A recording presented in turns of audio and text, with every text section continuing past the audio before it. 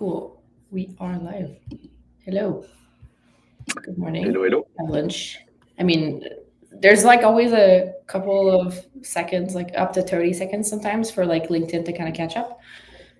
So the first 30 seconds is probably just you and me, and then it's going to pop up on LinkedIn and people are going to stop getting there. But yeah, historically, it goes pretty well. And I mean, I like the fact that it's like a lunchtime thing because people can kind of just listen while they're doing, lunch and other activities. So we become kind of like a background podcast to some extent. Thank you for being there, Virgile. I appreciate Thank you, Manny. I was really looking forward to talking to you because I feel like we have similar but different experiences in a lot of ways, and we've both been very vocal about failure and bankruptcies and just what that entails. So that's kind of, I mean, I guess refreshing to some extent because I've been known for a long time like the girl who went bankrupt who was talking about it.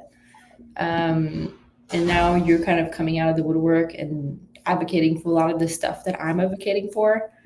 Um, so yeah, like, do you want to maybe for the ones who don't know you, who you are, introduce yourself a little bit?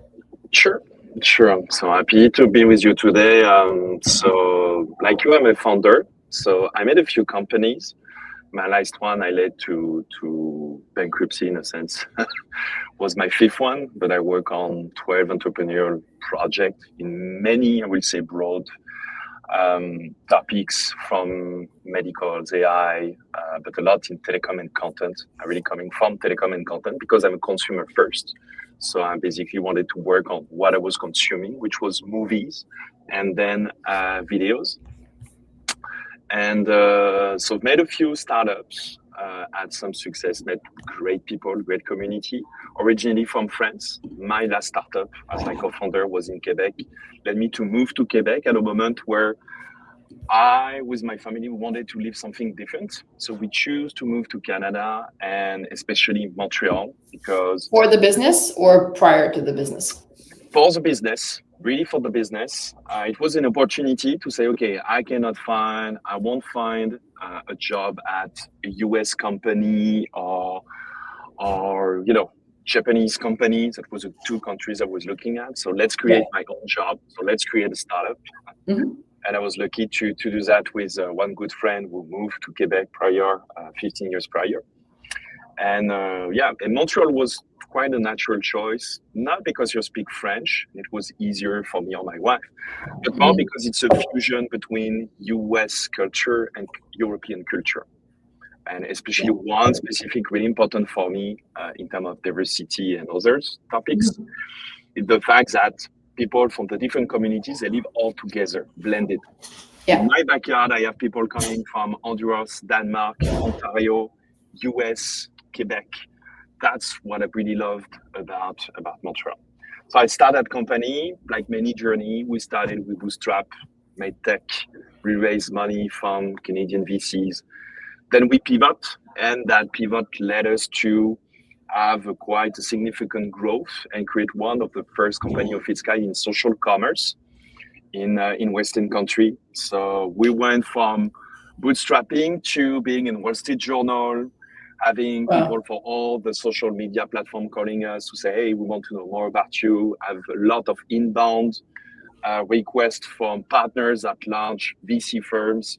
So something which is honestly unusual for a startup, but a Mm. lot of things were unusual in COVID. And we made a great team with a lot of people from diverse culture, origins, and so on, Yeah. which was really something important to me. And then basically the market changed after COVID, and we went on the other side of the roller coaster. So basically firing a lot of people, reduce the company, becoming profitable, and finding an acquirer because we knew that in tech, whether you go big or go home. So Yeah. we tried and discussed with many players to do that. Unfortunately, none conversation led to an acquisition that was okay for all the stakeholders. Yeah. So we decided to put the company in bankruptcy a little bit more than a year ago. And when Yeah. we did that, I discovered that coming from France, we have, we'll say, a some social insurance and very much for entrepreneur that is really, I would say, protective. And I discovered that in Canada, we don't have that. So I started to have conversation with founders, with people like you to understand why or did they live that experience. And I found myself to do quite an underground survey, interviewing more than 150 people across Quebec, Canada, but also other ecosystems around the world. A lot of founders, but also VCs, people in the support ecosystem and so on, to understand what was the impact of a startup company that was closing, whatever the form of closing, because sometimes you have bad exits. I met founders, we made, 3 times EBITDA exit, but still it was for them a bad exit because the process was really painful. To a complete fail where you went to bankruptcy, plus on top of that, a personal bankruptcy. Yeah, like me. So all, you know the drill. So all, that scope to understand what were the problems we all identified. And what made you want to do that research? Like, what made you want to get into this thing? Because it was happening to you, and like when I was going bankrupt, I was really at a place where I couldn't be investing myself in much because I just wasn't really available. So what triggered you to be like, I want to do a bunch of research and learn everything about this? Honestly, 3 things. So 2 years before going to bankruptcy, I was really in M&A mode. So I had time to reflect and time to process that I might go to bankruptcy. So when it happened, I was already ready for that. And you meet people when they go bankrupt. For some of them, it's a relief. And for some of them, they can go out from their home for at least 2 weeks because they are completely ashamed. You have really 2 types of goals. Me, it was kind of relief. And on top of that, 2 things. So first, as I'm becoming Canadian, first, I discover a problem. So as an entrepreneur, I want to fix the problem. That's the baseline. And on top of that, because it's really something more toward the community, as I'm becoming Canadian, I wanted to bring something back to the community because in the Canadian ecosystem in general and in Quebec, in Montreal in particular, I received, I will say, a lot of support from people, especially during COVID. So I wanted to bring back something to the community, as simple as that. That makes sense. At any point, I'm seeing like there's a couple of people who are coming and starting to join. Io, hi, nice. Like we see you a lot. He's often there for my lives. But if you have any questions or comments for me or Virgile at any point, put them in the comments, and we'll try to keep them in mind and address them. But I feel like it's an interesting story what you're saying, because I mean, I kind of agree with you. Like the giving back community of Montreal is very, very present. Like just people are like, it was interesting for me because coming into this startup ecosystem that I've been in business, but not involved in the like strong knit community like that before. And for me, like what you said was, you either get really ashamed and you can't go out, or you get really relieved. And in my case, I felt like it was kind of both at the same time. Like not ashamed in the way that I didn't want to go out, but more like self-conscious of everything and anything I got involved in for years after my bankruptcy, enough that I was not comfortable talking about it publicly, I guess. But I went right back to building stuff, like, within 5 minutes of going bankrupt.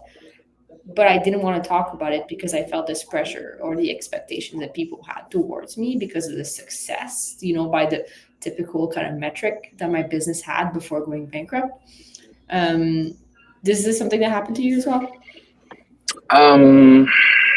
Yeah, for sure. I don't like to talk about myself. So I was not comfortable, to talk about it publicly. I think that one of the first time I talked about it publicly, when doors are closed, I did a workshop 2 days ago at HEC Montreal. Yeah. I can be brutally honest and give you a brutal truth about what's happening when things going wrong. So yeah, I was not comfortable about that. But at the moment, it's a process. So I see our friend Nicolas Rotier on the Yeah, live. Nick I is need. one of the guy, for example, who's going to tell you, you can talk about it because it's more common than you think. And that's true. While I was doing that kind of survey, Yeah. those interviews, I discovered it was quite some common. And at the same time, I discovered that my story was, you know, the consequences of my bankruptcy and my journey was way easier to live than some stories I heard about. Yeah. So that's why I decided to talk about it, not from my personal angle to talk about my story, but more to talk Mhm. about the consequences, or I will say the sources of the problems I see in all those different things. So that's why I'm really vocal on LinkedIn about, okay, let's talk about why we push startups in Canada to go after grants instead of VC money Yeah. or customers, why we don't have an employment insurance for entrepreneurs just because they have ownership of their company, because they also pay, on their payroll as an employee Yeah. for parental leave, RAMQ, You're not all that covered for stuff. work accidents either, Yeah, right? I learned this yeah. because I broke my tailbone, but I was the owner of the company, and yeah, So I'm that's like typically, really good. those kind of things where you say, okay, for a lot of people, it's a common issue. Same. A lot of people ask me, but I thought that when with your company, you go bankruptcy, which Yeah. is really, I will say, a standardized and under law process. I have to do also personal bankruptcy and say, no, that's You did different. both? It's two things. No, but Hmm. but I meant a lot of people who had to do both. Yeah. But for people that are really afraid of bankruptcy because they believe that it's going bankruptcy for the company and for themselves also, because Yeah. the lack also of information and the fact that we don't want as an ecosystem to talk about fail and startup fail and what are the different options and consequences. People rely on the myth of bankruptcy, such as the myth of exit, which is a nonsense, because when you talk with founders, of course, the story of people having an exit or having a fail is usually completely different from what you can imagine, especially as a first time founder. Well, yeah, because what you see on TV and just like, I mean, what is glamorized? I don't know if you saw this. So, somewhat recently, my God, I cannot remember his name, but there's like this massive exit, and the CTO, I'm sure you know what I'm talking about. The guy cleared something close to like $1 billion or something ridiculous like Yeah, this. And then yeah. he went to post on LinkedIn about like, I We are know not I'm going to a make it. super privileged place because I have so much money that I wouldn't know how to spend it, but I feel completely useless for society because I have no point right now. Like I don't know what to do with myself. And that's kind of something that also happened to me when I was going bankrupt, like the whole identity crisis, because I defined myself for so many years as I'm the CEO of this company. And then you remove the company, and I just don't know what I'm supposed to be anymore. Right. And Exactly. that's kind of, I mean, in my defense, I think I kind of was really in the midst of the whole kind of hustle culture and Gary Vee being like, you need to work harder than everybody else and stuff, right? Yeah, He's changed a lot since then, but at the time, that was kind of like the norm, right? You were yeah, expected to work harder than everybody else and not sleep. That was like a badge of honor. Um, exactly. and so that came at the cost of like, my life essentially, like everything outside the business kind of just stopped existing. Like it was like hobbies, and then it was like relationships and everything else. So then you end up with no business and nothing else lined up, right? Mm. um how did you kind of navigate this whole who am I, what am I worth kind of? So for sure, when you stop your company, you lose your social function because you're known as the founder of X. So that is really difficult because we say to a lot of founders, prove me wrong. So basically, not prove the company is right, it's prove me wrong as whatever I am. So really ask you to be the same person than a company. And at the same time, we know that dissociation, because your success is not the success of the company is not your success. So, but the failure of the company is not your failure too. So that Yeah. dissociation, we should live in kind of severance TV series where we completely separate both. We know it's impossible, but being able to do that is important. Me, the way I went through it, it's really also by interviewing people, basically to talk to Yeah. other people, because as a founder, you usually are, for example, I'm here today with you, but I'm for live from Sherbrooke at the EQ1 building. So quantum, really the quantum district in Sherbrooke, amazing stuff. A lot of founders, a lot of scientists, first time founder. And for them, they believe that what they do is their success through the company. That's where you want to have that kind of proxy. Because when you Mm. lose your social function, rebuild yourself was really complicated. And being able to talk to people, to share that your story is not unique. It's a common story with nuances. So nuances is because of the way you grew the business, the way you started the business, the co-founders, the team, that makes the nuances. But at the end of the day, it's a common story. So the recipe to start again after a fail or start again because you did not succeed the way you were hoping to, it's quite common. We know what we need to do. It's just that we refuse to talk about it. We refuse to accept really that it's part of the process. So we start again. And with whether it's from some partners, the ecosystem, the media, a lot of different stakeholders that sometimes put a stamp on you that you failed, and you failed not because most of the time the market was not there or you were too soon or too late. It's because you did not execute correctly in a Yeah. space where we tell you that nobody knows really how to execute because the factor of luck, your background, Yeah. so many factors. All the founders who really highly succeed. I have interviewed one, he made $1 billion. He told me that chance is 80% of the outcome. Yeah.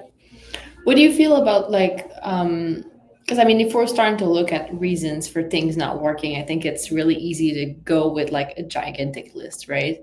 Yeah. Um but I kind of agree with something that you said was like, sure, luck is a giant part of it, like timing and whatnot, but execution is really where I feel is the thing that makes or break your business. And in a lot of cases, like we're talking about, especially like first time founders, I mean, even repeat founders, like, how do you know that the thing you're doing is the right thing you should be doing, and that's something that I work on a lot with my clients in general, because you've gotten so far, but what got you to a mill is not what's going to get you to 10. And the repeatability of what you're doing is not necessarily, like, things change really quickly in a business. Like it's really funny actually, because I worked at a company. So I got a promotion on March 2nd, 2020, and I took over a business and as GM. And at the time, but in the 6 months prior to me taking over, I was working with the guy who was the GM there. And a couple months before the beginning of the pandemic, I was like, so did you ever consider, exterior factor that might make it harder for the business? And the example I gave him was like, what if, there is major renovations that make it that the place isn't physically accessible? And it was kind of like a why would that ever happen conversation. Like I was stupid for asking. And then I took over. And then 2 weeks later is the pandemic and we have to shut down for like 9 months, right? So it was kind of interesting because you could kind of prepare, but you can't really prepare. And in the context of like this pandemic, for example, I remember watching the press conferences every day and being like, what is he going to say today? What are the new rules? And you basically have to adapt and like turn around on like a 5-minute warning and be like, well, these are the rules now. And if you want to go outside, you need a paper from your employer because we're going to arrest you after 8 p.m. Like, and businesses are like that all the time, like there's so many exterior thing. And I think the way you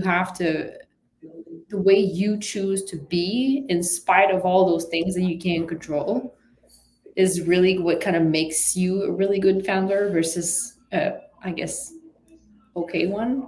Yeah.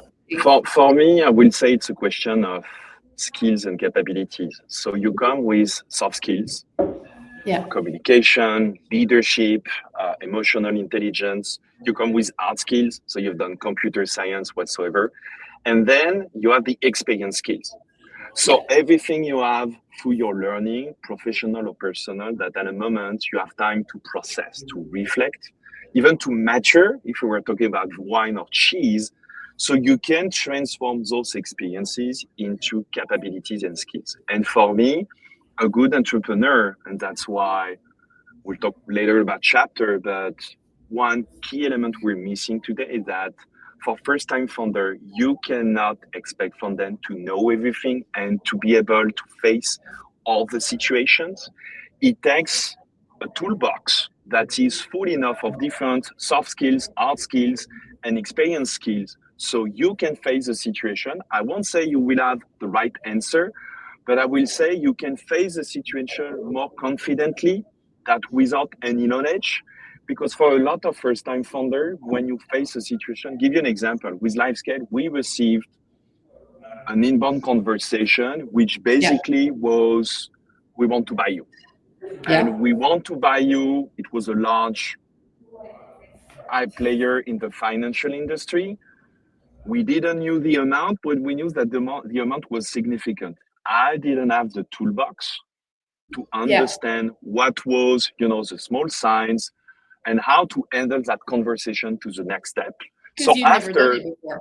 because I've never done it before, at least this way, this implicit way, because it was not explicit message. Mhm. So, and after I discovered that they bought a competitor, basically 120 million, one third in cash, two third in equity. And I say, gosh, why didn't I take that conversation? It's because I didn't have the tool to decrypt the conversation in the first place. Mm. So for You me, really, this toolbox is really what you want to improve. So we are talking about constant learning and so on. yeah. But there is some learning you can only do with experience and because you tried. Yeah, for sure. Did you have people around you? Like, did you know other people who had done those things that you could kind of talk to and help you navigate No, this? no, because unfortunately, when I moved to Canada, I didn't have a lot of network. And Sure. because I was so focused on my startup, I didn't took the opportunity to expand my network. And then COVID happens. And in Mm. COVID, basically, we were in a completely closed environment. Yeah. So I worked my A off for 2 years without seeing anyone, but just virtual introduction. And at that time, it was mostly VCs or future employees. So I didn't have, I would say, the people around me where I could feel confident to ask them the question. I Yeah. have amazing investor, I have amazing people, but I always told myself they will have a biased, maybe view on the subject. So Yeah. I knew they were not the best people to ask the question, but I had no one else. No, that's hard. I find that like building that network and just like knowing what to ask to who. Like I've been there's some things that I've been interested in and I was trying to figure out, you know, who can I talk to who's done those things? And a lot of people don't talk about it. And like just yesterday, I was talking to someone and then I realized that person had an exit, but like 20 years ago, but they never talked about it. And I didn't know that they did. And now I'm like, well, I have questions like tell me about the process of selling and how does that work? And who did like, because it's something that I mean, I'm interested in the concept of buying businesses. Like I've been looking at deals, but not like seriously enough that I'm making an offer on anything. But I'm looking at deals to kind of figure out what I would like to get. Like what would be a good deal, I guess, And it's interesting because again, there's a lot of things that you don't know you should be looking for unless you've done it a bunch. And I feel like I mean that was kind of like the theme of my post. I think it was Tuesday or something. I did a post and saying like you can't become a good CEO without being without being a CEO. Because a lot of those things you learn by trial and error. Um, but I found that having people or just like No, like, yeah, I think it's like the whole surrounding yourself part that's really tricky, but also super valuable. And there's like a lot of questions. I mean, there's like a couple of comments that are interesting. But AO was asking, having a board and how do you build that? And I think a board is important, and maybe you can touch on that. Yeah. But how do you structure? I mean, it's not necessarily the board. Like the structure to me in this specific context is irrelevant. I think it's just having access to human beings, whatever the structure of that help might be. Yeah. Um, Um, for me, my theory is that you need to be surrounded by people that are close enough to you so they can understand you or the topic you want to discuss, and they can understand because they've been through, and at the same time away enough so they don't have a personal bias into the answer or the way they are going to tell you the information. So that reflects to boarded advisor, because usually boarded advisor, they have skin in the game, they have skin in your company, even if it's a yeah, small one. So for me, a boarded advisor is here to help the company, and they are not here to help the founders. So yeah, every VCs who says we are here to help the founders, I say, okay, let's see, because most of the VCs I've met who say we are founders first, when they to reflect at the same story about the 120 million acquisition, I talked about it to a few of my VCs, mm, and most of the answers was do what you do in your company. One third of 20. the answers, Mm. and two-thirds of the answers was, oh, if you get that kind of conversation and that kind of offers, it's because you're building $1 billion company, so And you should continue wait. and go harder and faster. Yeah, And at the end, I discussed with another VC who was well on my body and say, you know, you should have continued the company, because that kind of offer, of course, is life changing. Because after that, you don't have to, you can decide what should be your next mm, your next project. But at the same time, he told me I was in a position I could not give that kind of advice, because yeah. it would have been counterproductive for me as a VC, where as a VC I invested in you and your company for a specific purpose and reason. How much did So you that's why raise? in total we raised nearly 4 million, In how many rounds? So that two was like a rounds. seed and a We Series did A? No, we did a pre-seed, seed, or a seed extension, depending of which side of the border you're looking at the fundraising. Okay, sure.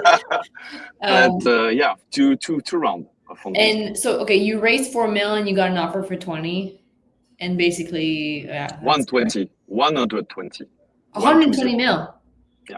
Okay, wow, I didn't catch that. I thought we were talking about 20. I was like, that's a No, different no, conversation at all. 120. That's crazy. Um, do you feel like at that time, like, I mean, I agree with you, I feel like there's a disconnect, and maybe that's kind of partly what bothers me about the state of the ecosystem right now is everybody's saying it's about the founders and we need to take care of the founders, like, as far as like the recruiting process for different programs. They're like, what are you doing, blah blah blah. But then once you get into those programs, a lot of the focus is on the company, on having do a business model canvas for the 60th time, and working on I don't want to make you choke on your coffee. um, you know and then Yeah.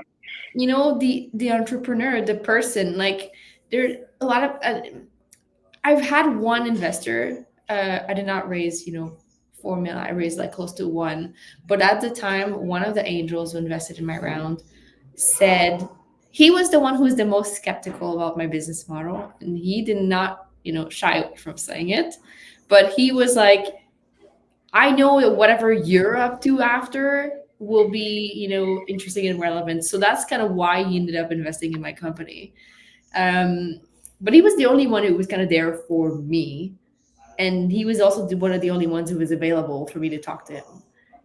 And, beyond the fact that I'm like, hey, I'm building a business. And then this guy was like, yeah, but what do you need? You know?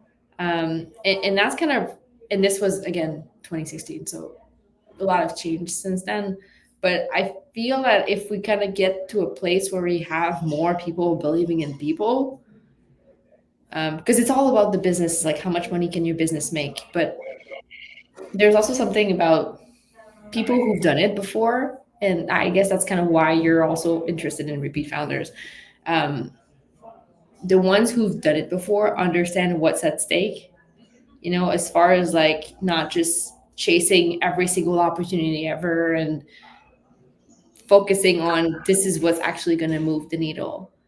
Um, Especially after your first time, you understand so much thing if you've done all the mistakes and you've processed the experience that you understand for what are the different flavors of VC, what they are looking for, where you want to go to that specific type of VC or another one. Same for the yeah, grants, same for the incubator accelerator. You learn so much thing that you understand what are the benefits of, especially our ecosystem in Canada and in Quebec or in Montreal. What is different with the US when you come like me from Europe? When I came to Canada, Station F in Paris was just opening, and I think the year I moved to Canada, the French President Macron just say we want to build a startup nation. So it was a completely, if you put it back into mm. context, it's a disruptive assessment he did back then. Did But you raise everywhere or did you mostly raise in Canada? um, first round was mostly in Canada. Second round was everywhere. Okay. And can you share, did you see a difference on the experience of raising abroad? Because for me, when I was raising my second round and I was talking to angels in the US versus talking to people here, completely different conversations. And like those conversations would happen in the same weeks. And people in the US were super excited and people here were kind of meh. And I mean, maybe that kind of touches on, there's another interesting conversation question here about, what's in making it hard here as far as like fund. I mean, he's talking about business loans, but I think we could talk about just generally funding in general. And I think the landscape has changed dramatically. Like at the time when I was fundraising, like the interest rate were like 5%. Like I got like a 350K loan at 5%, which was prime plus two or something, right? It's not at all the situation we're in now. Like the rates are completely drastically different than what we had at the time. But I think it's also just like making that investment worthwhile for your company if you're not generating any income. I think it's different if you're fundraising, because if you're fundraising, then it's like equity versus, like the margins. But the risk tolerance in Canada or in Quebec in general is always quite low. Yeah.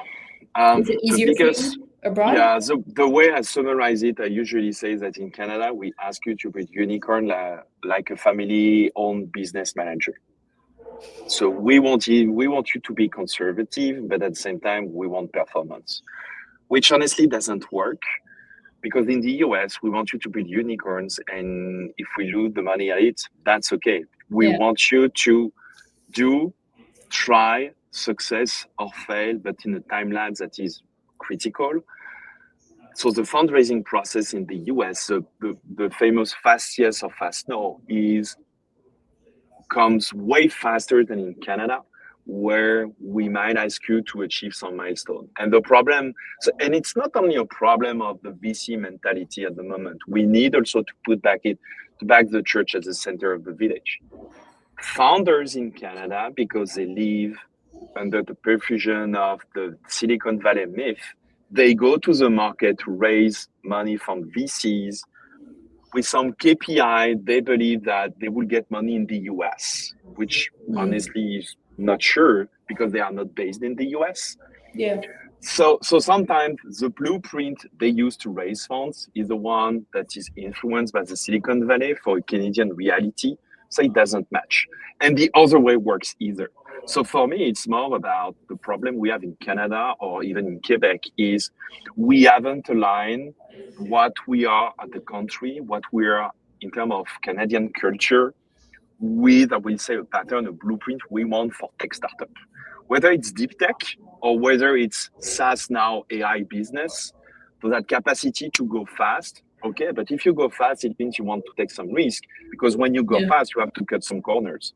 On the other hand, we are pretty good to finance, I would say, early days of innovations in deep tech, But at the moment, you need the big bucks if you want to scale that technology. In quantum, that's a true reality. If tomorrow we want to build a quantum computer champion in Canada, it's not by spending a few millions at the moment. Some stage will require 100, maybe $500 million of cash to go to the next step. The US know how to do it. In Canada, it's complex. Even if we do it, it's going to take so much time that the founders will decide to go south, because in US it goes faster. Do you feel So like for me, it's it's really a the question of blueprint. do you feel like it's about the money or about the risk tolerance or just like the way it's structured? Because in Quebec specifically, most of the money is kind of tied in between. I mean, most of the money coming from like incubators and wherever else is tied in behind the government. Um, and there's like been a shift, I think, as far as like the investments and I mean the option. There's not nearly as many active funds and stuff here as what we would find in the US and stuff. Do you feel like that's Which is partly normal. why we have so little new companies? So three things. So first, we lack of competitions. So we lack of competition between VCs, and we lack competition between startups, because a lot of VCs in Canada, their main LPs, it's basically public money. Yeah. So we don't have a lot of VCs who are purely private money. So because you don't have enough competition in the VCs, so you cannot talk to enough people. But at the same time, those VCs, they don't have enough startup to play the competition win. So that's where we have a problem. So for me, that's the first reason. Second, we have a lot of money. So let's stop to say, no, we have a lot of money. A VCs will never refuse to invest in a good company. It's just that we don't have enough good company because we don't have enough project led by diverse team. So team of experienced entrepreneurs, first-time entrepreneur, mixed tip in different areas where we can make a difference. And then where I agree with Richard Chénier from Quebec Tech, the problem is that we don't have a strong domestic market for innovations. So whether you build a company to serve a specific market, for example, Quebec or Alberta, or whether you go directly export, and for a lot of public infrastructure, all the economy is turned about serving the domestic market first and then go export. So I will say, and I will make caricature, but you have two types of startups. The one who only serve domestic market and the one who are purely export. At Livescale, basically, 95% of our business was outside Quebec and maybe 80% outside Canada. Intentionally or it just happened like that? Because when you were pitching Canadian companies, whether it was pretty small or pretty large, and basically the decision-making process was way too long.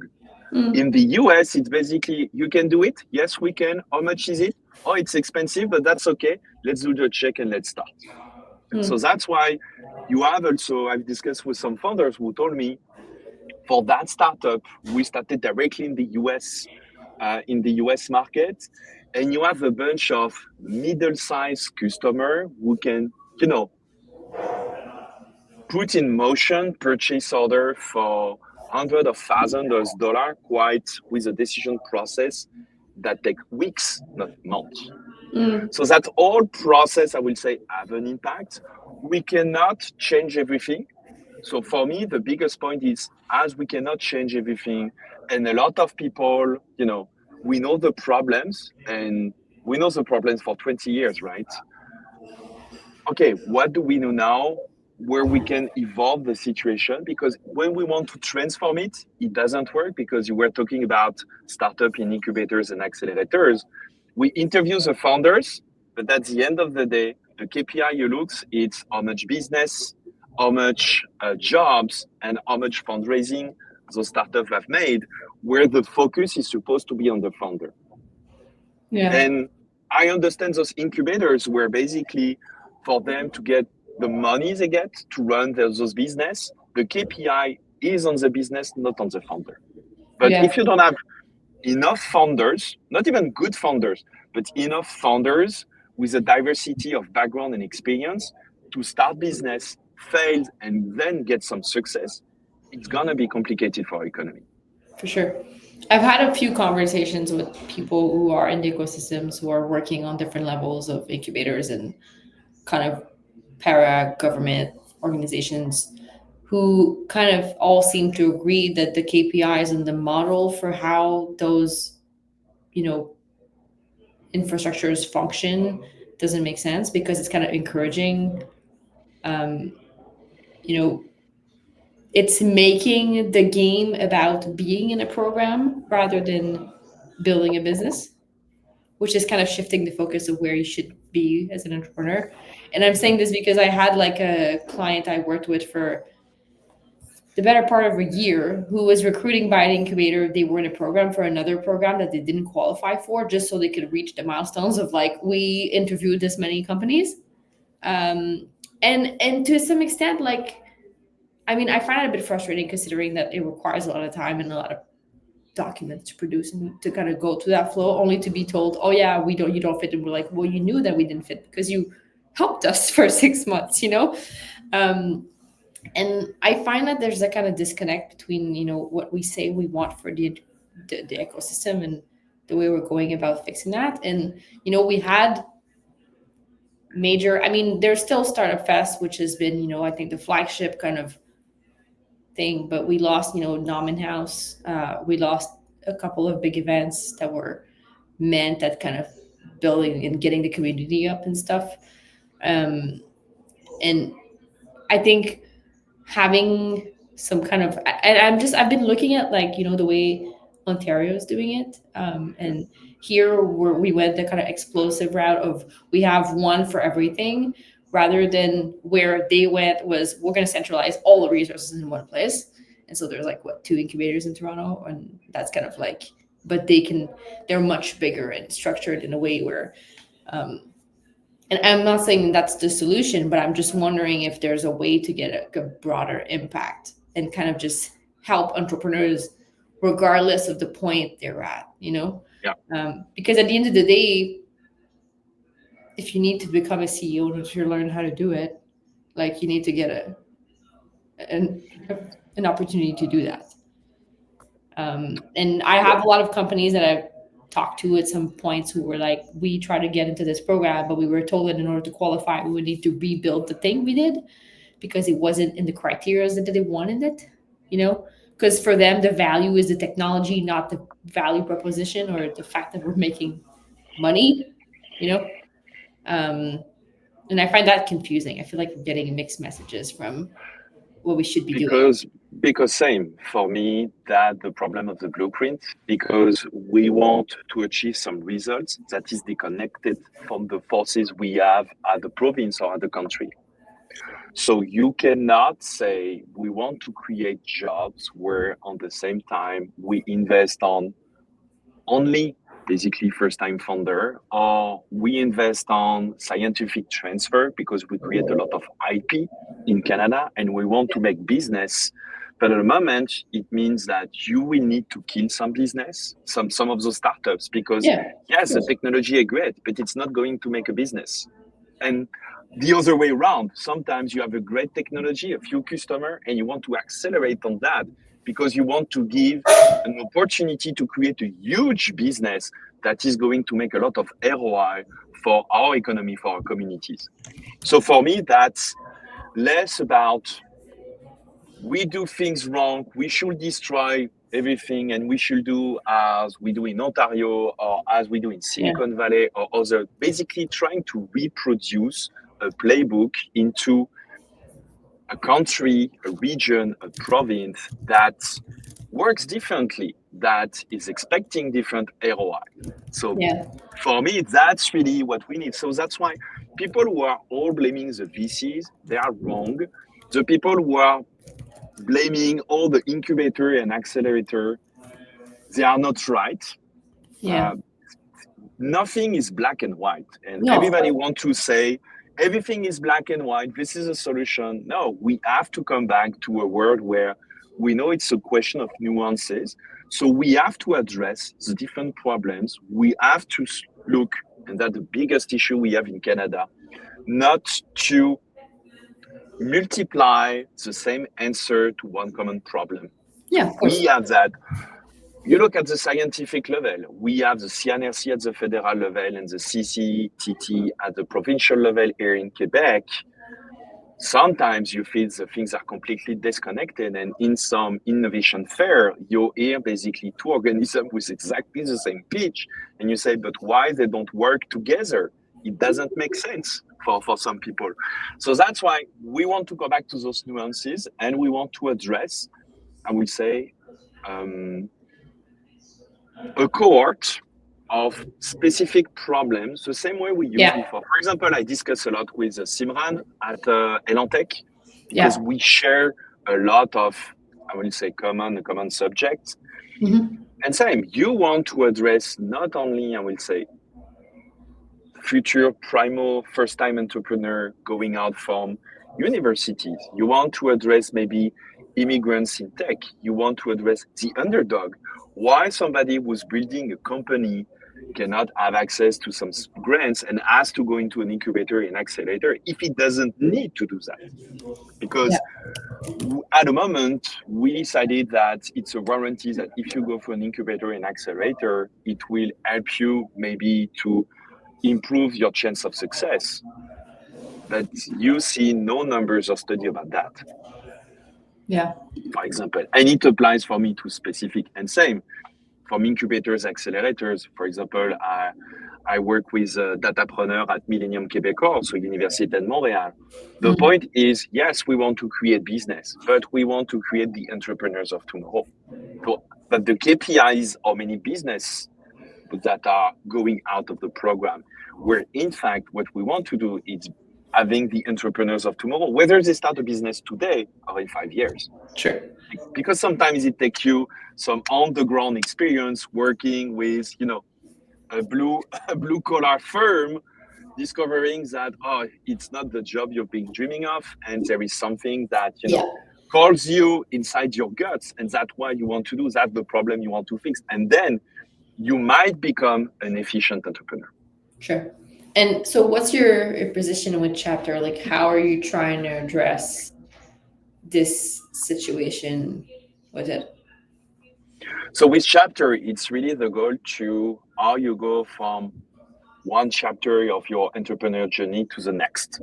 So let's talk about the true reality that no one wants to talk about because we live in a culture where we have this kind of perverse empathy. Nobody will tell you the awful truth that your business is not working, but you're a great entrepreneur. You should try something else because you have a lot of KPI. And you see that also when you work with some customers at fractional CEO. Sometimes you see as an expert when a business is broken or where your chance of succeed are more an anomaly or an exception than the majority. So how we help that entrepreneur understand the reality because you're so into it, because you're in the prove me wrong mode for everyone, you cannot see that, and that's okay. From there, or you connect with peers because you can talk about your reality to other people who can understand that reality. Yeah. And when you decided that, okay, they are right, I should stop and do something else, or you transition so you're not alone with a lot of debt, with a lot of liabilities on your back, personal bankruptcy, or whatever the story, but you reconnect or you connect with an ecosystem so you can connect with people, you can connect on opportunities and start faster your next venture. So for you, it's about speeding up a process. Like, how do you measure or how do you measure the impact that you're going to have? Fail fast, I will say, reflect, because you want to process what you learn, and then fast create. So you start again, because it's really that game. And the way for me to do that, it's when I look at the number during that study, we have nearly 5 times less repeat founders in tech startup that we have in the US. If you look at the same proportion of for Canada specifically. For Canada specifically, it's huge. And we are not really a good candidate when we compare, for example, with Nordics such as Sweden or Finland or other ecosystems. So for me, that's the biggest flaw we have in Canada. So to fix that, we want to create that ecosystem, that cohorts of experienced entrepreneur who will become some repeat founders. And also those repeat founders, we don't want after success to see them maybe go into another ecosystem, basically the US, to launch the next startup. We want them to stay here to contribute to the economy, because that's the best way we can breed. Because we are entrepreneurs. When I meet an entrepreneur and say, hey, Phil, what's up today? Oh, playing with AI, and I see if I can create a business. AI is going to disrupt so many things. And at the same time, for a lot of entrepreneur-minded people, it's a lot of opportunities ahead of us. And with quantum, it's just going to accelerate. We want entrepreneurs to create the companies and the jobs that are going to be destroyed in the near future by AI. So depending on who you're listening to, some people say the impact of AI is more 10 years window, but some people say no, within 2 years, we will see drastic impact on our economies and in terms of job loss. So to compensate that, we need new companies who are going to create new jobs, new value to the ecosystem. Otherwise, we are going to be the R&D lab of the US. It's interesting. It's a tough place to be, I feel, because I mean, I don't know. I completely agree, and I think there's a lot of, I guess, conflict of opinion about AI in general. There's something that most people don't really talk about that kind of bothers me, is the kind of environmental toll of it. And I mean, some people are talking about it, but I feel like that itself could be a business or a segment, or like mitigating, because there's no hiding from the fact that it's going to keep growing. People are going to keep using it. But I saw this video of, so in Georgia, Facebook built this massive data center. And there was people who bought a farm there, and they have no water anymore. Like there's just no water pressure, and they have basically their piece of land is completely rendered useless and stuff. And that's just like one example, but she was basically saying they have to pour water down the toilet to flush the toilet now, because they can't flush because there's no, the water's gone. And we're talking about massive amounts of water, but there's just electricity and everything. I mean, like the climate in general for me is like a big thing, because it's always something I've been really passionate about. And I think we're kind of, I saw something recently where Sam Altman was saying, like saying please and thank you to ChatGPT was like using a bunch of energy, whatever.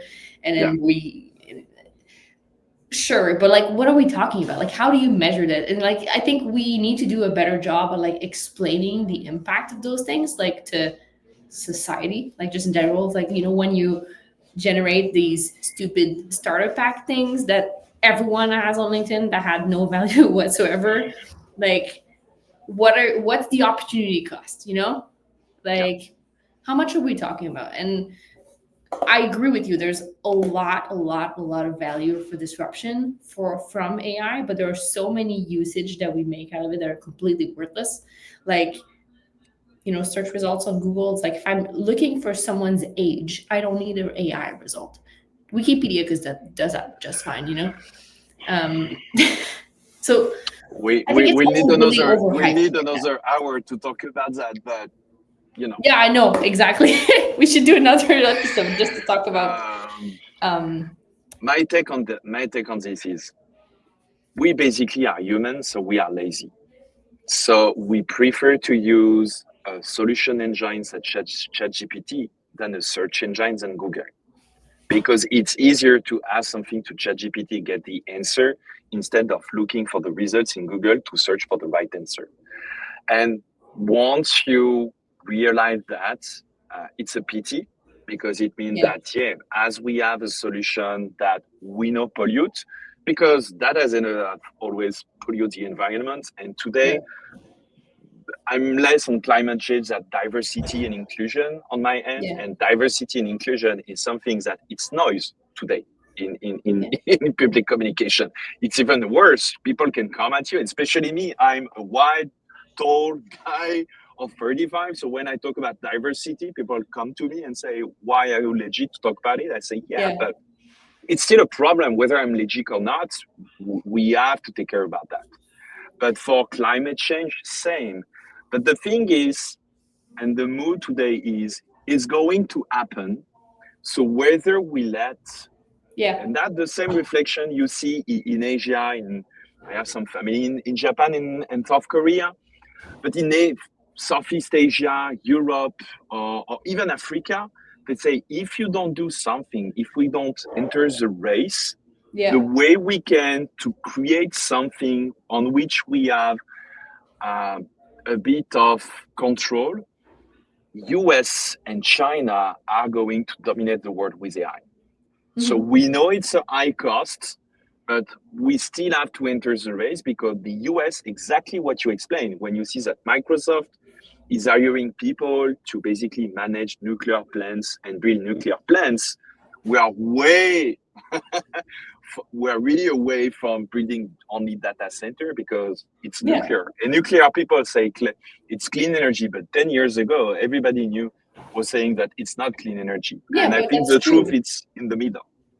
But at scale, like, because I worked with like I worked in the carbon environment for months for a startup, and that's true. Like at scale, we don't have the capacity to produce enough energy to function. Like, we don't have enough lithium on the planet to make all the cars be electric. There's a lot of issues with just the amount of pressure we're putting on electricity as a solution for climate change. And now if we're talking about these massive data centers which also need electricity, like there is something that needs to change somewhere. And I completely agree with you as far as that, laziness. People are lazy, but in a way I think that's good because a lot of innovation comes out of laziness, right? People Exactly. invent things because they want a shortcut for something, and that's kind of how we are. I don't think we should hide from the fact that we're lazy, but I think, And I think you know that's an opportunity to create business and to create companies and tech. If we have entrepreneurs that can address that point and say, okay, maybe asking everything to ChatGPT is not the answer, but maybe you can have, a platform or something in between that at a moment can decide, okay, I'll ask ChatGPT or I'll do just a Google search to give the answer. So we keep that solution engine. It's just in behind, it's more intelligence. That's what we see a lot. All yeah. those AI wrappers or agents or whatsoever on how you can use AI more efficiently than generic use of AI, which is really, really costly. Yeah, that's true. I mean, I feel like, and that's kind of coming down to everyone's choices because I feel like there's this mentality of it doesn't matter because I'm going to be dead by the point the planet explodes or whatever. And that's the general kind of feeling. I'm not trying to make a case for we should, all care about it the way I do. That's completely fine. But I also understand that for a lot of people, it's not an issue, and that's okay. I am more in the sense of I'm going to control what I can control, but part of me is wondering if there's an opportunity here. Like I see these things, and I'm like, surely there's a way we could kind of shift the dynamic and help it. I don't have an idea of what that would look like, but I guess it's just something that I've been looking at for a couple of years, and now I'm like, okay, can we make it make sense and serve like a greater purpose? I guess. And for me, it's really to say how we can realize that by being pragmatic. Because we oftenly, as an ecosystem or as a society, we lack of pragmatism and we rely on other people to do the job.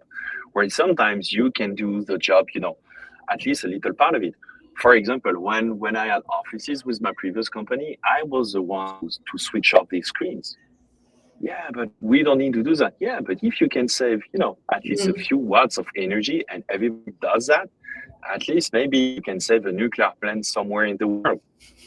So those little gestures can Yeah. have an impact. So at a moment, if we are pragmatic, say, okay, we are not going to revolutionize everything, but we can create, technologies, companies that can help, and maybe along the way we find a way. But if we do nothing, that's why on AI,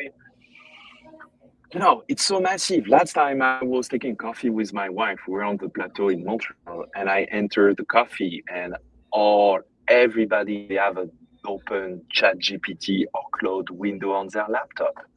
Everybody is using that technology. So I prefer to say it's bad, for the environment, but acknowledge it exists. And Yeah, what of we course. can do, It is useful, and like I use it a and lot what too. we can Like I'm do not saying to, we shouldn't use it yeah, at all. but all we can, I will say, embrace that revolution. It's always about, I often say to people that works with me, you can agree or disagree, but you commit. So at a moment you say, okay, all pragmatic, we find solution because we can all, find reasons, problems, and so on. But at the end of the day, true entrepreneurs, they want to solve problem. So take one problem and let's find the solutions and create, I will say, an environment, an ecosystem where we don't have to justify things we are not going to do because what's important is just the next step. Yeah. That's why, and a lot of people in the ecosystem, I will say, complained about that we lost, I will say, that purpose about we're thinking a lot of the future. In fact, we're not. You don't have like we had in the 60s or 70s, where in a lot of democratic countries, you have a ministry of perspective. So a minister that was in charge of defining what the country will look like in the next 50 years. And from there, building the retro planning of what we need to achieve to reach that goal, especially after World War II. In a lot of European countries, that was the design. Now you only have that in the African countries where you have some perspective that is done. So for me, it's more what is a really short term we can do and what really is the long term, which is the objective we can reach. If we can go back to those basics and stop blaming that it's always something that it doesn't work, I think we will be a little bit more efficient. Yeah, of course. Do you feel like there's anything short term? I mean, because I'm realizing it's one now. A lot of people probably have to. We're going to start thinking about wrapping it up. But what's the next step for you? Like as far as like chapter is concerned and everything else. Like how can we help? Is there something you need? Bring the money. No, seriously, we give ourselves, I would say, a few weeks because we have identified some problems. I've identified things where we can have an impact. So now, basically, you can join chapter as because you're an entrepreneur and you know that things have to change. So whether you want to contribute just your name because you want to say me, I believe that chapter of what chapter is trying to do is important, contribute time or money, but money is key. I'm kidding, but I'm half kidding. It's key because if we want to have an impact to help and grow the tech entrepreneurs community differently, it will require private money because the public government, they can only follow because they use a framework which makes sense, which is only about the number of companies, jobs, and so on. So for me, it's really looked at with everybody want to have an impact, short term or long term. If it works, I'll be happy, to launch bootstraps that startup until we raise kind of serious company and then give that to some amazing entrepreneurs who are going to operate chapter. And if it doesn't work, I would have tried and will do things differently. And like many entrepreneurs, at a moment, there will be an AI subject. I will find a problem. I will see the validation and I will go because You what I feel like AI realized, is the way you want to go? Like that's the thing that's out there right now interesting you the most? I won't say AI by design because you have AI in everything, even some marketing automation, but it's more Yeah. about how we can continue to transform some part of the economy by leveraging technology at large. So I talked about AI, but yesterday we had the demo day at the QV Studio, so all the startup in quantum in Sherbrooke. Whether you have some quantum materials, some new forms of quantum computers, some quantum memories, there is a lot of opportunities. So it's more about, is it something that resonates with you as an entrepreneur? that you're ready to spend maybe the next 10 years, because you never know what's going to happen. Yeah. It can last 2 years, but it can last 10. So what is, I will say, the next subject I want to jump in. But today it's really about my mission. It's how I can help, I will say, that cohort of entrepreneurs you're part of, but also a lot of people, we can craft something and say, we have a voice, because a lot of people complain that a lot of people talk for the entrepreneurs where they are not entrepreneurs. So more Hmm. about from the entrepreneurs, we can have a voice, say Yeah. what doesn't work. The employment insurance is a topic. I meant a lot of entrepreneurs say, why can we not have access to the employment insurance we pay for? Because we were at first an employee of the company. So that's topic, and Mm. also founder with kids. There is a lot of topics also. We just want to say we have problems. This is our reality, not what is a survey or whatsoever, the true reality of entrepreneurs by entrepreneurs, and put, I will say, on tracks some initiatives that might help. Because I truly believe that making you fail earlier with your Yeah. company, so you don't have to burn yourself, go into depression or whatever, problems you can get by burning yourself in your companies that doesn't work. Be able to reflect on that experience, connect with people, to accelerate your process to start a new company or to start a new job in a company that needs, is a way better, I will say, optimistic view of the entrepreneur path that what we do today, or when people fail, we just look the other way and we wait for the people to come back stronger than ever, because on the way, we lose a lot of people. Yeah. Yeah. I think it's interesting that you're saying a lot of entrepreneurs are, spoken for by people who aren't really or haven't walked in their shoes. Um, and I agree that we need kind of more, we need to talk for ourselves a lot more. Like, and I think it's kind of relevant.